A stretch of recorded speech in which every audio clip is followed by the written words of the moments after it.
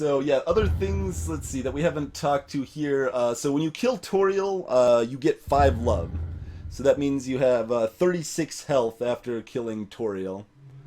Um, so that gives you 36 health to work with instead of 20 for pure pacifist. So on a first time blind playthrough, most people are going to have at least this 36 health from being from having 5 love. And that's enough to generally make the game pretty reasonably doable for even pretty bad video game players. So I like that it gives you enough of a boost there to help make it easy on your first try there. And and it also has kind of the added subtle benefit of if you're watching someone else play this game, you could just instantly know a lot of what's happened by simply looking at how much love they have. That's not always the case. I've actually seen someone at like love 7 that didn't kill Toriel, and it kind of blew my mind a little bit, but I've only seen that once. Alright, so now this screen, this is another interesting bit, some more cool game design here. You're on this screen here. The only thing to interact with is maybe the door here that is now closed, or this bush right here. Almost everybody checks this this bush. There's a camera in the bushes. This is camera number 1.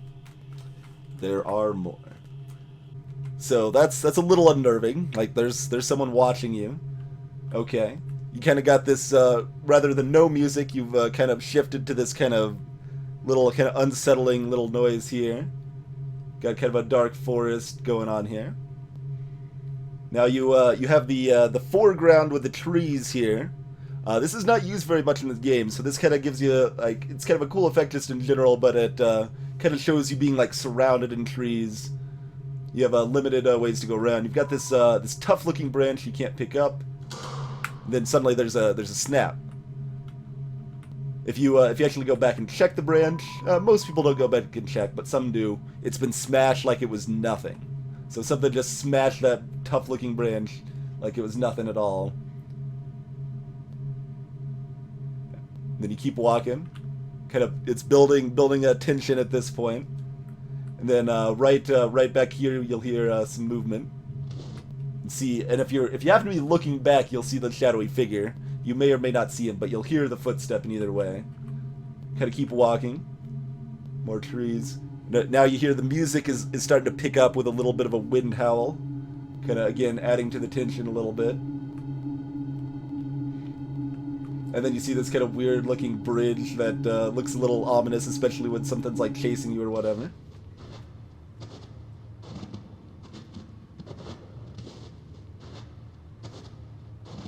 So Sans approaches you there. You got the shadowy figure approaching you, but it's also kind of small. It's kind of chubby. It's creepy both because you got the camera, you got the music, you've heard something chasing you. It's a shadowy figure, but it's also not like super creepy because it's still kind of a innocent enough looking like shadow. So it's kind of interesting there. It's kind of striking that balance where it's creepy but not like super creepy. And then, of course, you got the nice slow text crawl to add to the effect a little bit. And then people are like, it's like a skeleton. What am I hearing? And then the second trail off, they're kind of weirded out. And then they see the kind of like laughing text and the music starts. So this is, again, a really like well-crafted situation. Many people are already a little distraught after just killing Goat Mom. They went through this creepy area that's kind of unnerving, something's following them, and then suddenly it's a joke. So it carefully controls like the mood of the game. That it's like, okay, we just had maybe a little bit of heart wrench, a little bit of fear, and now we're kind of pushing it over to a little more lighthearted, kind of comical section. Like if I want to, I kind of like Dremur or something like that. Kind of what you're saying is like just looking at the word and pronouncing it. But as far as characterization and like concept, I like Dreamer a lot better. So I think Dreamer is really the correct way to pronounce Asgore's last name and stuff. You ought to get going. He might come back, and if he does, you'll have to listen through more of my hilarious jokes. What's the holdup? Look, there's nothing to be afraid of. It's just a dark cavern filled with skeletons and horrible monsters.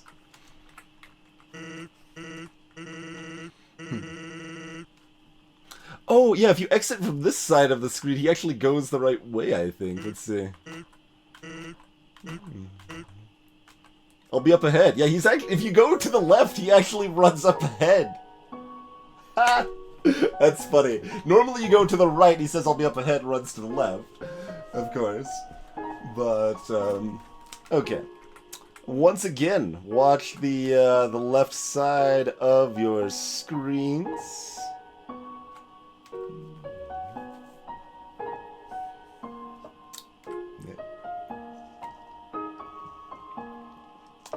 That's appearance number 3 of our stalking friend. Now here's also interesting. You got Sans checkpoint.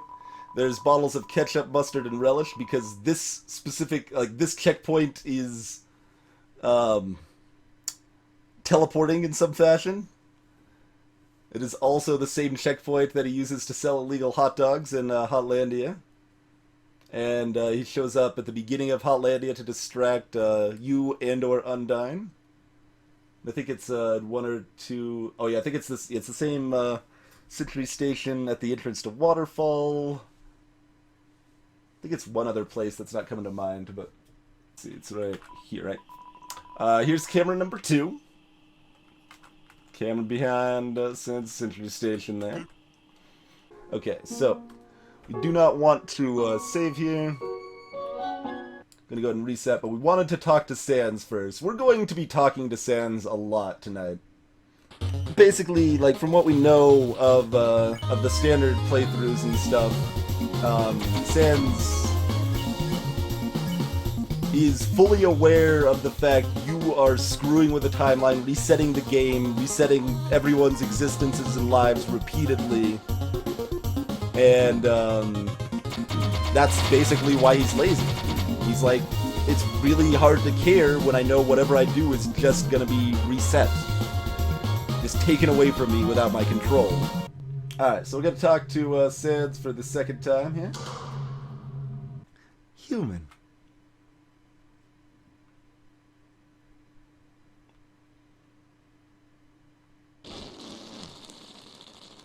So he skips most of the dialogue there because you've seen it before. The old whoopee cushion, the hand trick. Wait a sec. Have you heard it before or something? You turned around before I said to. Weird. Whatever. You're a human, right? So yeah, no reason to really let him talk. We'll reset one more time. But yeah, so now we'll show off the text with the Toriel changing here and talk about that just a little more. You want to leave so badly? You are just like the others. There is only one solution to this. Prove yourself. Prove to me that you are strong enough to survive. Wait. Why are you looking at me like that? Like you have seen a ghost. Do you know something that I do not? No. That is impossible.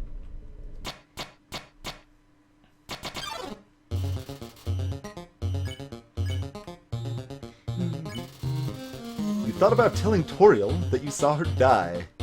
First time people see that message is amazing. They're like, oh god, like that's pretty impactful. But that's creepy. And so now, like, the game guides you through a little bit, like on a second playthrough. Like, so if you've decided to go through on the pacifist playthrough, they start giving you some more hints along those lines to help you get through it. Because this specifically, the Toriel fight's gonna be your hardest way to do that in your first encounter on the new playthrough. So they straight up give you a hint. Can you show mercy without fighting or running away? So they give you directions to look there. Or more specifically, can you, and then if you talk a second time, can you show mercy without running away? They just emphasize that part. They don't even mention the fighting part, which almost does two things there. Mostly it does this. Can you show mercy without running away? Well, if you're showing mercy without running away, you're clicking the spare button. That's all you can do. But now that fighting is kind of absent, if you think about it a little bit, you've also got this option. I love that there's two options for this. Most people will be doing the spare thing. There's the frogget that tells him sparing is just saying you're not going to fight. The message there that you see if you've played through before kind of leans more towards sparing, but you do have the other option here that if you fight but do not actually fight, then that will also trigger progress in this fight the same exact way. And I really love that there's multiple ways to do this in that fashion. I love that. Also notably, like, the first text she gives is just a couple dots, so it's not something that necessarily draws your attention heavily. This might be the first time you fight in the game, so that if you just let it go past without realizing how this fight screen works, it's really kind of interesting, honestly, to me. Like, the fact you do have to hit a second, like, there's that little bonus minigame in the fight screen, so the first time people open up the fight screen, a lot of the times they will not hit someone, they'll just miss. And specifically on this fight, it gives you that one extra little chance to pop up the dialogue. It's like, oh, she said something when I missed. Maybe I could do it multiple times, while at the same time not being very blatant about it. So if you just do it once and you're not really actively looking to spare or whatever, you might you'll probably just ignore it, not worry about it too much.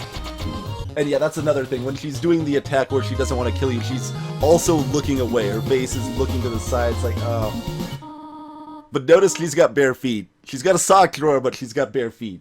My expectations, my loneliness, my fear. For you, my child, I will put them aside. Just like that dialogue a lot. I'm mad. Oh. Every time.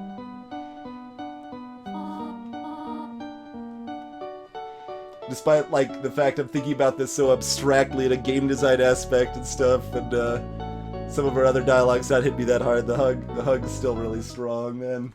Still really strong. I bet you feel really great. Yeah, all the same. But yeah, the relentless killer thing actually kind of comes up. It's interesting that it's less likely to come up if you've seen this text. It's a lot more likely to come up with the relentless killer that you kill out of frustration. That's a thing that will definitely happen. But yeah, we'll touch on that more when we get to it. Undying Jackal Power is the other effective relentless killer that people will have trouble surpassing on a blind playthrough, so they end up killing her out of effective frustration. Sans! Oh my god! Is that a human? And it looks so familiar! More dialogue because you've seen this stuff in the save file before.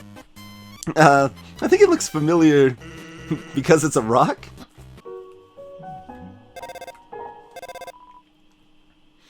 This is another thing that we wanted to trigger as well. Hey, is your refrigerator running?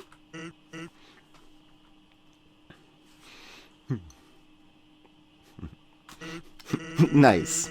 I'll be over to deposit the brewskis. I've got schemes and machinations, you know. Okay. We're making it so that the game doesn't know that we've already received a phone call. Oh my god, help. I'd like to order a pizza with, the toppings are, I have them copied. I'll just paste them to you. Your phone is too old to receive texts. It reads out loud, character by character, an ASCII art of an anime catgirl. A lot of people haven't seen either of those calls, but some people have. Those are a 5% chance each, I believe. So 10% chance to get one of those phone calls, I believe, is the stats on that guy right there. Alright, we're going to reload, but here's another, just, you know, nothing too special, but it's something that, like, you won't normally see in a run.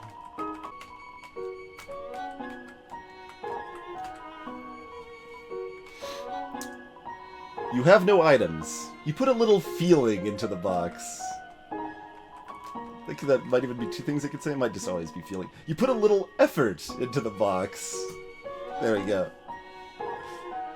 So this is also interesting here too. So Snowdrake here.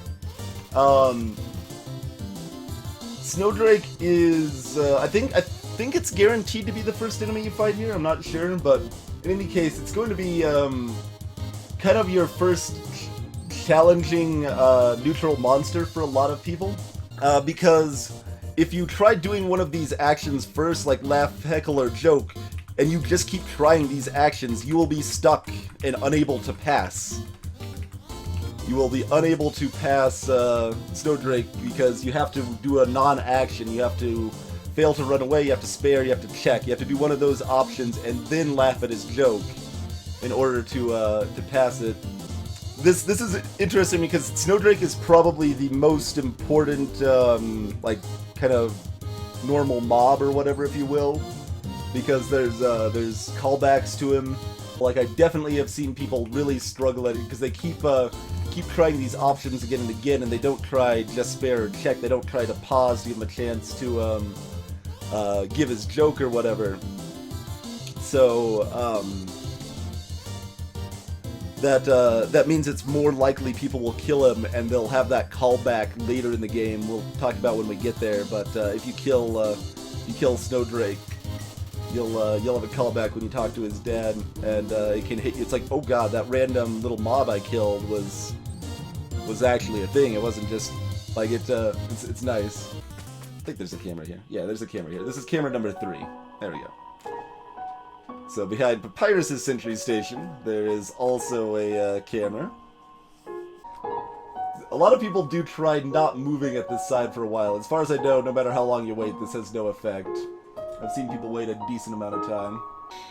Yeah, I don't know, Sam Vines. I think the fight itself is fine in general, but I do think solving the fight is a little harder than it should be.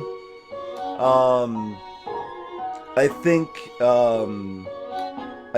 Snowdrake there, the text, like when it like says like that it needs to imply better how you can wait to give him to make a joke first or something. Like there's a few like subtle variations I think they can make in the text without actually changing how the fight works to make it a little less obtuse. But I would agree that it's probably a little more obtuse than it should be. And Zelithar, yeah, that's kind of an interesting point too. Like, the game is kind of judging you for choices you didn't want to make. The only one that really, really falls true with, I think, is Toriel.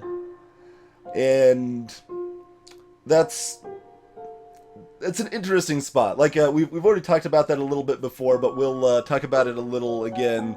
Like, on my first neutral playthrough, I did feel kind of cheated. Like, I felt like the game tricked me into killing her, and that felt kind of stupid, and I'm like, well, that's kind of dumb. So, potentially some of the later parts were not as impactful because of that. But at the same time, I still think it's really, like, the strongest, I don't know, the quote-unquote, optimal way to play this game is to accidentally kill Toriel and feel something at the callbacks later in the game because of that.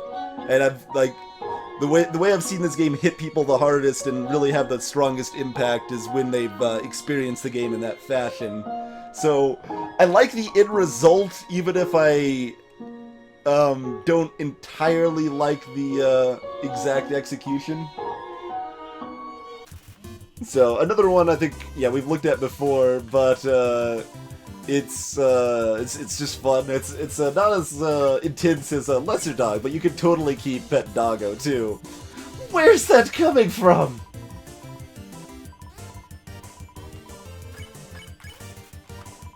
There's no end to it.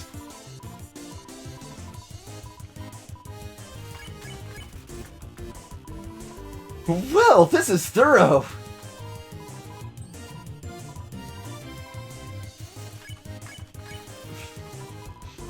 Okay, that's enough. Oops. There you go, though. If you check him again, his defense drops to -90 after you pet him. Alright, awesome. Glad I accidentally clicked that then. But we're not gonna spare him, we're gonna stick him. You threw the stick and the dog ran to get it. You played fetch for a while. Huh! A fun stick appears!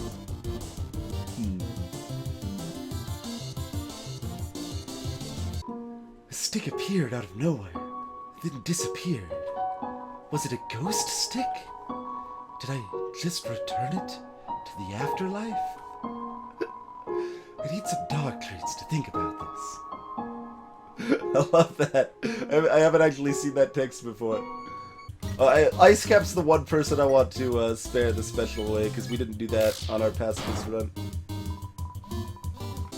This attack I kind of like too, because a lot of people when they first see it, they're like surprised when they start coming down, but it's not actually that dangerous or problematic for them.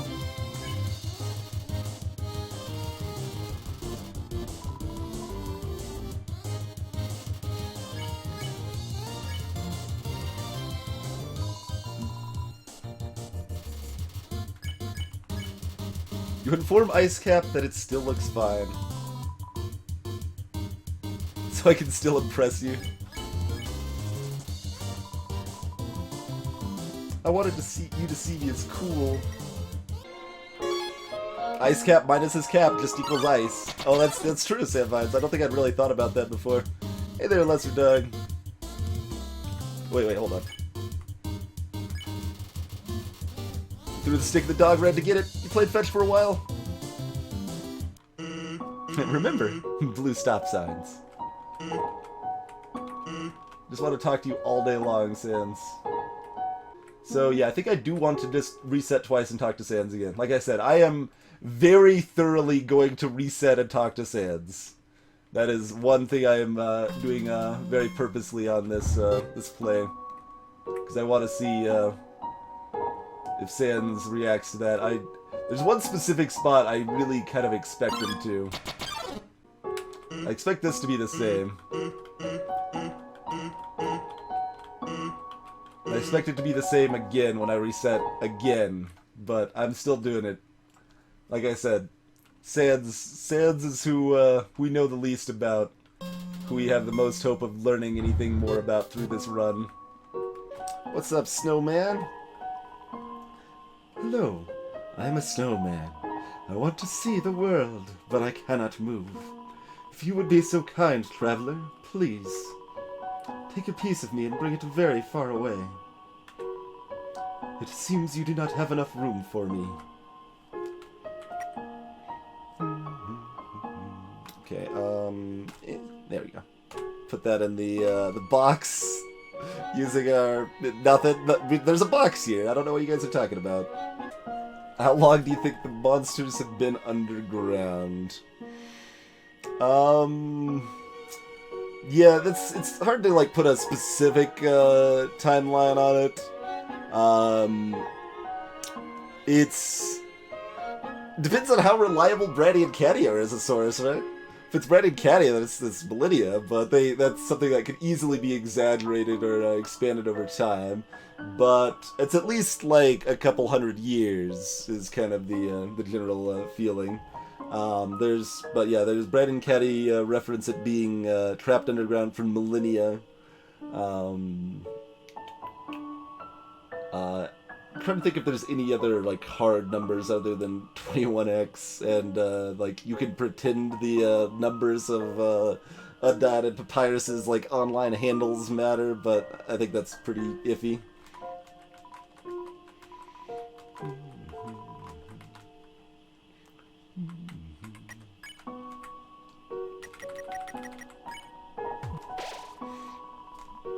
Delicious snowman. How am I doing? By I mean the piece of me I gave you. Huh? You lost it? I suppose I can give you another piece. You don't have any room? Okay. I understand I am not a priority for you then. Okay, we can make room.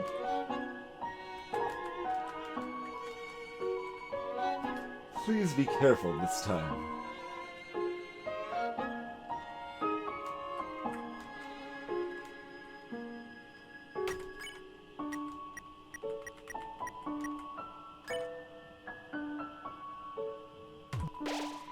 You ate the snowman piece.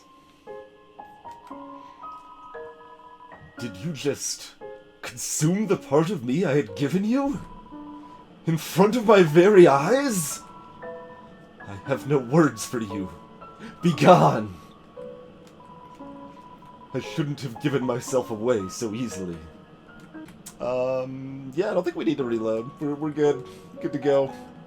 This is probably my favorite bit of dialogue that changes if you've already done a playthrough on a save before. Really though, that human! Do I know that person? Do you not know who you know? Of course I know who I know. I wanted to know if you know. I know who I know as much as I know who I know.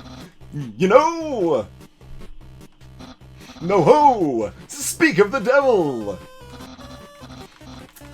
Quite shocking, electricity biz. Come on!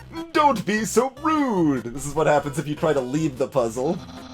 I set up this puzzle just for you! Do you treat your mother this way?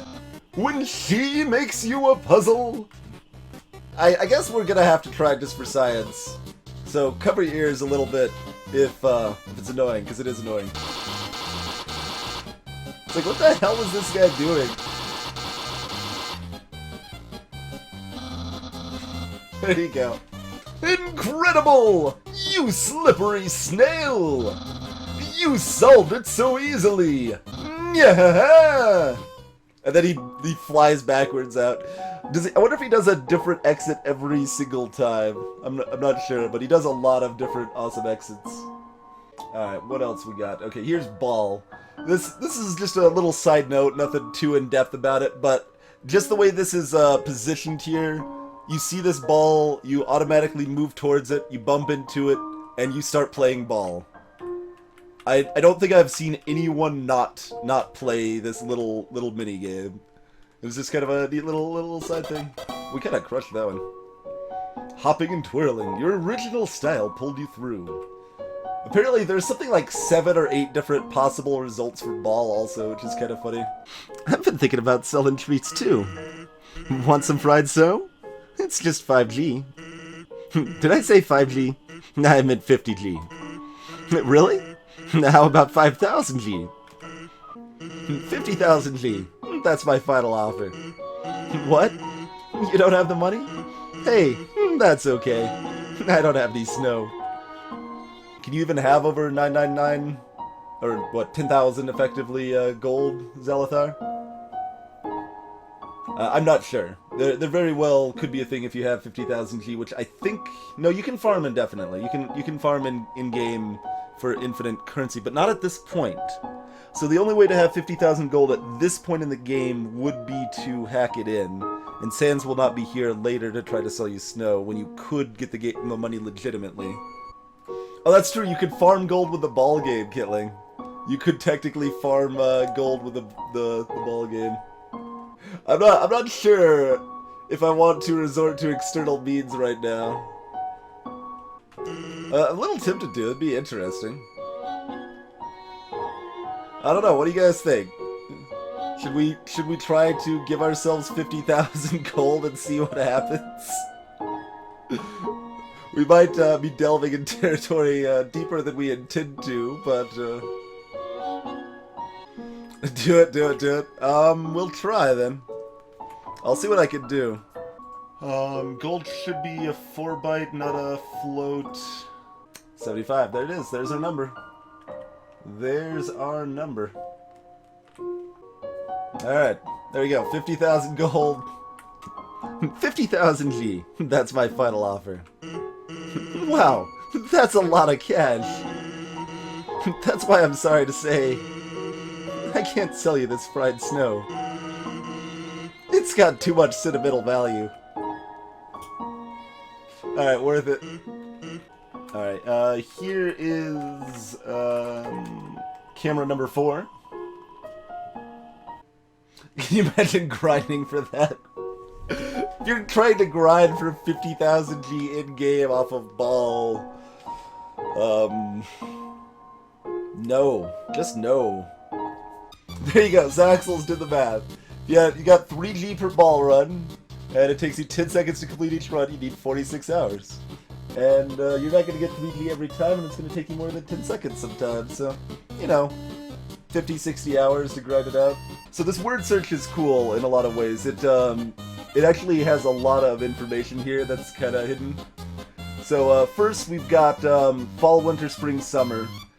These are the areas in the game you go through. This is the ruins, this is Snowden, this is Waterfall, and this is Hotland. And connected to it is what you fight there. Although this is kind of interesting. Fall monster. It's a little interesting. I'm not sure if that's supposed to have any specific meaning, but you've got winter. You're gonna fight Papyrus. In Waterfall, you're gonna be fighting Undyne, and in Hotland, you're gonna be fighting Metaton. The top line makes you so mad. Because the puzzle, I mean, you can't find Giassel Febraher in the puzzle. Instead, there's only Giassel Febraher in the puzzle.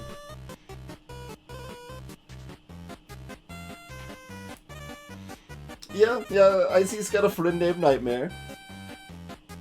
Sometimes he hangs out at the word search too. So, to be clear, notice this little guy on the side. Most of you have probably never seen that guy before.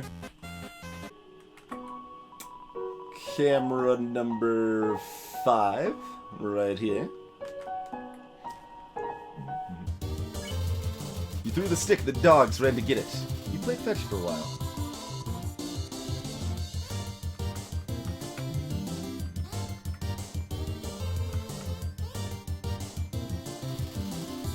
Every dog loves to play fetch. It even tells you right there, specifically that every dog loves to play fetch. Nice. I also feel obligated to point out the heart here that forms in the middle. Right there. Weird smells can bring good things. Friendly fun fetch. Thanks, weird smell. Sure was fun to stick together.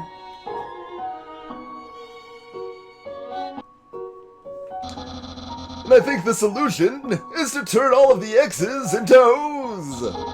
You should try that. Ask again for more great hints. Maybe solving the last puzzle again will help. Eureka! I figured out the puzzle. You seem like you're having fun, though. Do you absolutely want the solution? I love the absolutely. Wow! You're truly a puzzle passioneer. I'm so enthused by your enthusiasm. You can do it, human! So he tells you that there's a switch on the tree that will solve the puzzle too, but I think, again, we're trying to play along with stuff as much as possible. We want to make Sans really happy and play along with his brother as much as we can. That's a sub goal in case it affects anything that we can do talking to Sans. And watch the left side of your screen. How's it going? So that's appearance number 4 of our little friend. Hey! It's the human! You're gonna love this puzzle! However, the slippery soap smells like lemons, which piranhas do not like. Purple and blue are okay. Finally, pink tiles. They don't do anything. Step on them all you like. How was that? Understand? Most people do hit, of course, even if they don't know. I love the no explanation though, for sure. Sort of nerd, yeah. So Flowey is unable to access the souls, the human souls, and that's basically all Flowey wants at this point. Flowey wants to be able to feel again. He's done everything. and he's pretty sick of it. So he, A, enjoys you because you're something different that is unpredictable, and B, wants to use you to get access to the souls. Okay, I guess I'll repeat myself. It's really sad because, like, a lot of people see that and just assume he's literally repeating himself, but they often stop, like, halfway through skipping through the text, like, wait, they just said something that doesn't make sense. Red tiles are impassable. Yellow tiles are electric and dangerous. Blue tiles make you fight a monster. Green tiles are water tiles. They, like, see maybe that, they're like, wait, that doesn't make sense.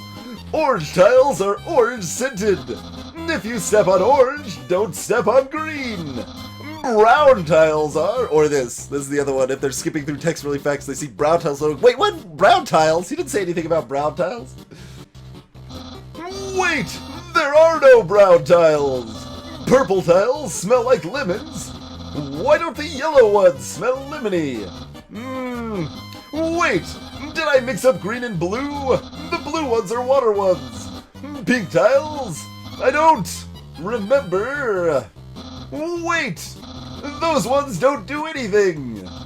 Okay, do you understand better now? Even less, I like that text.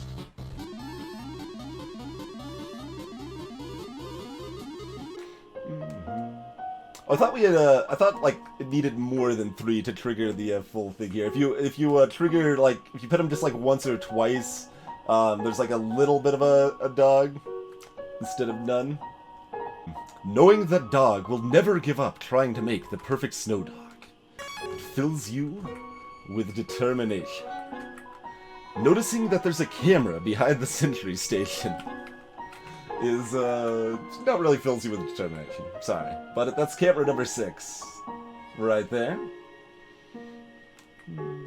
So it's possible to use, like, some crazy diagonals to solve this.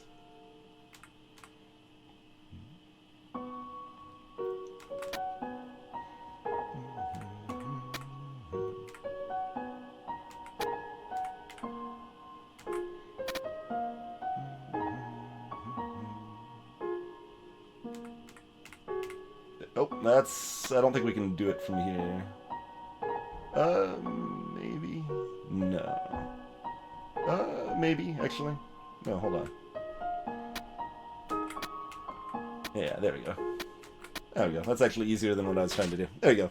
I just like to do that because there's a lot of fun ways to do that. And here's another thing that's, like, just kind of random almost, but, like, you can totally fall off the edge of the screen right here. Never knew that until I just accidentally found that when I was screwing around testing some stuff. I'm gonna dump all my money onto the ground real quick. Okay, we're good. We don't have any money anymore, guys.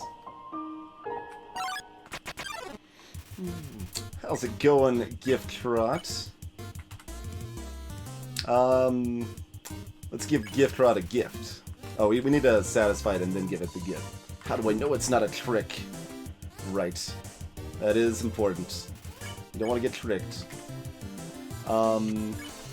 I'll decorate. Move the stocking filled with chicken nuggets.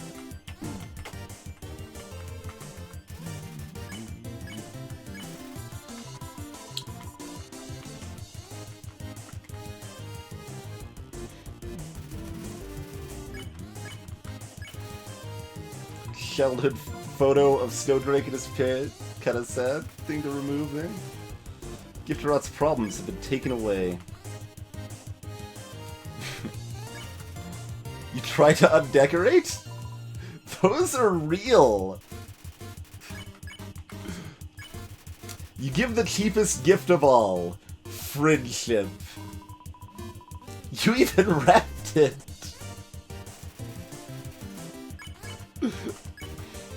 Hey now, you aren't made of friendship.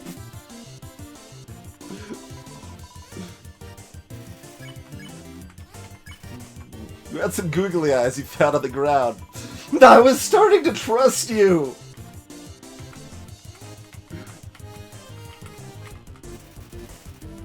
Gift Trot looks disappointed. You can't improve upon perfection. And there's also multiple things. If you've got money, you gift them money instead. But it's really unlikely to have no money at this point. So that's the one we want to show off there, because that's one that most people will have never seen. And why don't we just take a wander over here. And actually, it's probably time for a quick break here. We'll be back in just a few minutes here.